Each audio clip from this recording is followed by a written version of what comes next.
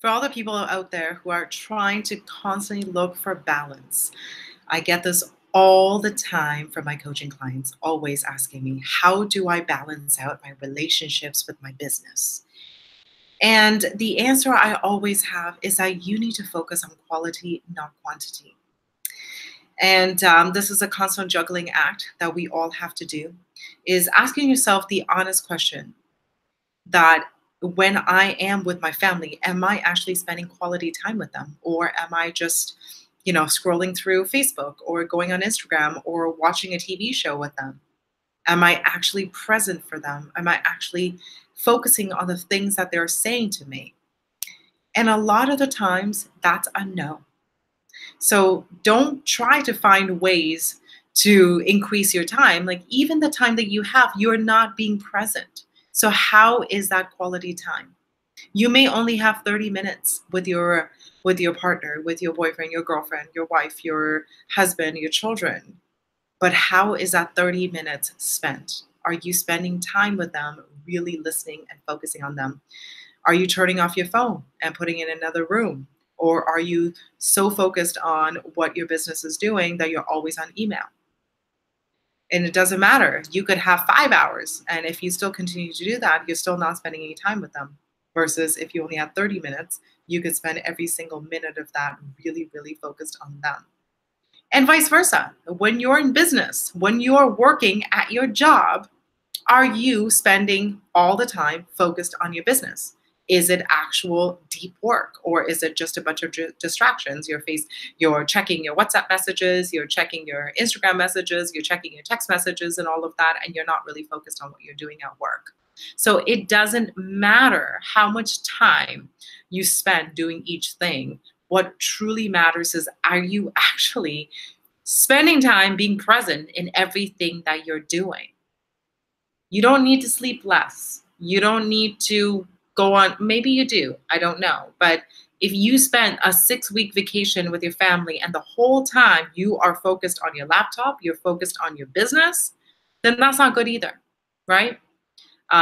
Same as if you're in your company. If you are working 16 hours a day, but 5 hours of that is you constantly checking your text messages, then that's not good either. So really ask yourself the honest question, when you are doing each thing, are you actually present? And if the answer is no, then you find ways of doing it. When you're at work, maybe you get your phone away from your office and you don't look at it. You have a set time to look at it. And same thing, when you're with your family, you get rid of your phone or you don't look at certain things. You shut your mind off to those things and really spend quality time with people. Because if you really look deeply inside, you have more than enough time to do everything and focus. At this point, I'm going to go over chat to see what you guys have got. Let me see. Okay, hold on. Let me pull the live chat up, guys. Okay. That is not my live chat? Oh my gosh, I am sorry. Okay, let me just go back here and see what you guys have got. So, in the comments, just let me know. What are some of the challenges that you face in terms of trying to balance out your family and your business and everything else? Are there certain questions that you have about how to do it? Do you have experience doing it? Do you have any suggestions? And even if you don't want to write in the chat right now, what you can do is you can write in the comments. I would love to find out from you guys. One of the things that I find that really balances me out, that every single thing that I do, it's very, very much about that particular thing. I am not, focused on other things. I try my best to be present. Now it brings me to the next point. How can you be present?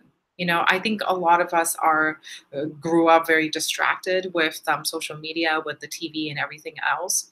I think a really good practice for being present is for you to use this technique called "I'm back."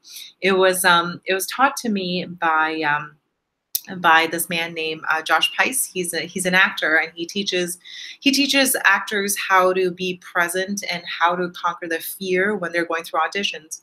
And he's like, a lot of the times it's like our excessive worry. We worry about things that hasn't happened yet, and then when we're in an audition or we're in a situation that's high stake for us, whatever it is, maybe you're going on a date or you're doing an investor pitch or you are you are in front of a client, and you find yourself with your thoughts fleeting away, you just simply tell yourself that I'm back. That's what you do. I'm back.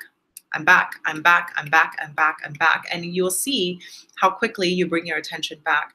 And in the beginning, it's scary because you'll realize that your thoughts are always fleeting away. So every time you have a thought, you tell yourself that you're back.